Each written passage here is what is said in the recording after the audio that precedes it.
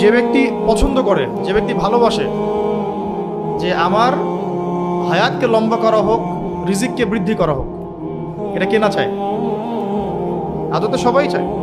নবী সাল্লাল্লাহু আলাইহি ওয়াসাল্লাম বলছেন, যে ব্যক্তি পছন্দ করে বা ভালোবাসে যে আমার হায়াতকে লম্বা করা হোক, মানে নেক হায়াতকে লম্বা করা হোক এবং নেক আমলকে বৃদ্ধি করা হোক বা আমার রিজিককে বাড়িয়ে দেওয়া হোক, তাহলে সে যেন আত্মীয়তার সম্পর্ক বজায় রাখে। এটা মূল কথা।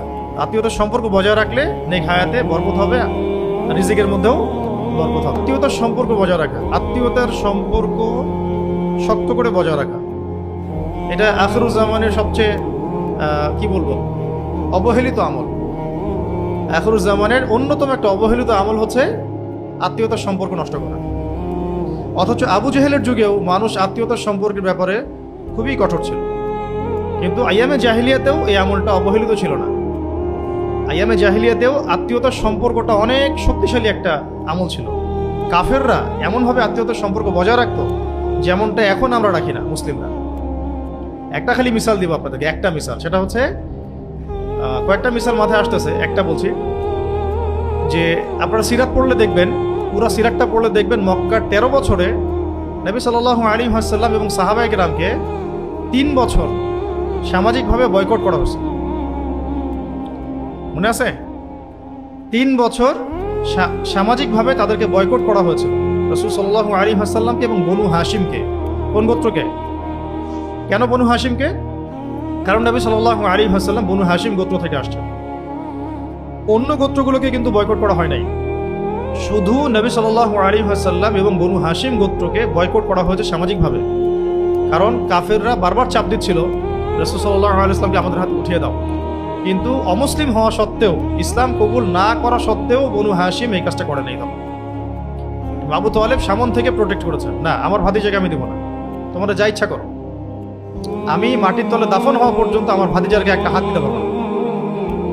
যদিও তিনি মুসলিম হন নাই, যদিও তিনি ইসলাম কবুল করেন নাই, আমার ভাতিজা, এই যে শব্দটা, আমার ভাতিজার গায়ে একটা ফুলের টোকা পর্যন্ত পড়তে দিব না আমি যতদিন পর্যন্ত বেঁচে আছি, তোমরা যা করার করো। শুধু একবার গিয়ে উনি বলেছিলেন, আমি আমার বয়স হয়েছে, আমার বৃদ্ধ কাঁধে অতিরিক্ত বোঝা দিও না হে মুহাম্মদ সাল্লাল্লাহু আলাইহি ওয়াসাল্লাম। নবী সাল্লাল্লাহু আলাইহি ওয়াসাল্লাম বলেছেন, আমার এক হাতে চাচা ওরা সূর্য এনে দিলে, আর এক হাতে চাঁদ এনে দিল, আমি এখান থেকে থামবো। হয় আমি ইসলামের দাওয়াত দিতে দিতে নিজেই হালাক হয়ে যাব, না হলে এই দিন অবশ্যই মাশরিক মাগরিবে বিজয় লাভ।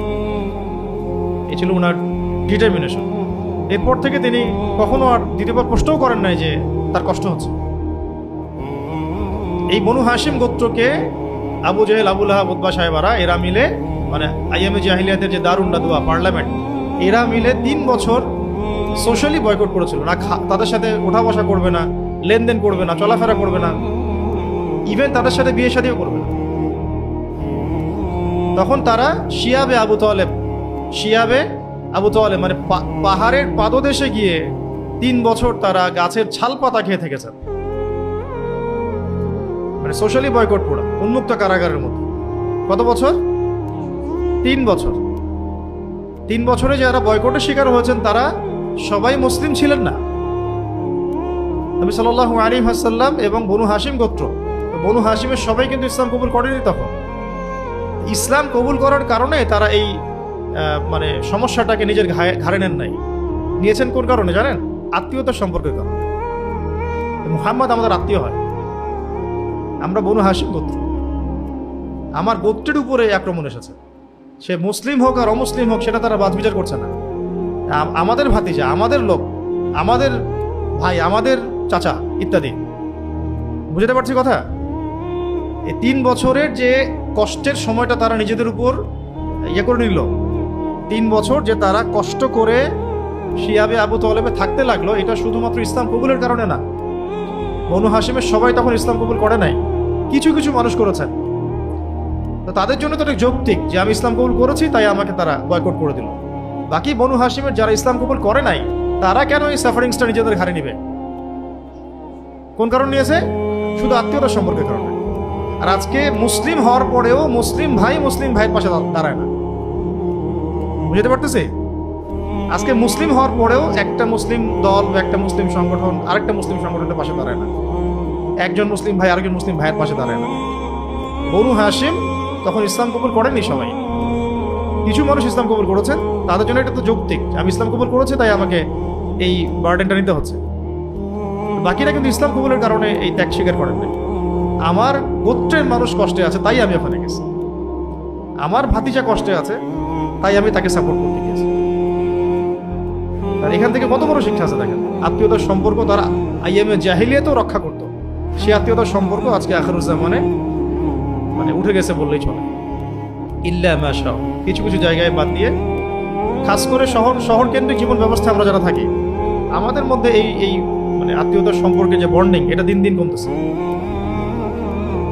কমতে কমতে এমন একটা পর্যায়ে যে এখন তো ওই হাদিসের উপর আমল হচ্ছে যে পিতা সন্তানকে হত্যা করছে, সন্তান পিতাকে হত্যা করছে, ভাই ভাইকে হত্যা করছে,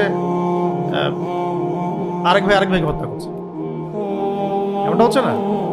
এটাও কিন্তু আখিরুজ্জামানের হাদিস। শেষ জামানে এরকম হবে যে আত্মীয়তার বন্ধন যেমন নষ্ট হয়ে যাবে, একইভাবে ভাই ভাইকে হত্যা করবে, পিতা সন্তানকে, সন্তান পিতাকে, সন্তান মাকে, এইভাবে হত্যা করবে। এখন দেখেন এগুলো চলছে, এবং ফিগার পরিসংখ্যানটা কিন্তু খুব অল্প না, অনেক ভালো, রেশিও কিন্তু অনেক ভালো। তো আল্লাহ পাক আমাদেরকে আত্মীয়তার সম্পর্ক বজায় রাখার তৌফিক দান করে। এই বিষয়ে একটা হাদিস বলি, তারপরে আমরা পরের টপিকে যাচ্ছি। এই বিষয়ে একটা হাদিস আব্দুল্লাহ বিন মাসউদ রাদিয়াল্লাহু আনহু থেকে আসছে যে রাসূলুল্লাহ সাল্লাল্লাহু আলাইহি ওয়াসাল্লাম বলেছেন, যে ব্যক্তি চায়, যে ব্যক্তি পছন্দ করে, যে ব্যক্তি ভালোবাসে যে আমার হায়াতকে লম্বা করা হোক, রিজিককে বৃদ্ধি করা হোক, এটা কে না চায়? আদতে সবাই চায়। নবী সাল্লাল্লাহু আলাইহি ওয়াসাল্লাম বলছেন, যে ব্যক্তি পছন্দ করে বা ভালোবাসে যে আমার হায়াতকে লম্বা করা হোক, মানে নেক হায়াতকে লম্বা করা হোক এবং নেক আমলকে বৃদ্ধি করা হোক, বা আমার রিজিককে বাড়িয়ে দেওয়া হোক, তাহলে সে যেন আত্মীয়তার সম্পর্ক বজায় রাখে। এটা মূল কথা। আত্মীয়তার সম্পর্ক বজায় রাখলে নেক হায়াতে বরকত হবে, রিজিকের মধ্যেও বরকত হবে। তখন ওই হাদিসের আমল হয়ে যাবে যে ওই ব্যক্তি সৌভাগ্যবান যার জন্য নেক হায়াতকে লম্বা করা হয়েছে, নেক আমলকে বৃদ্ধি করা হয়েছে।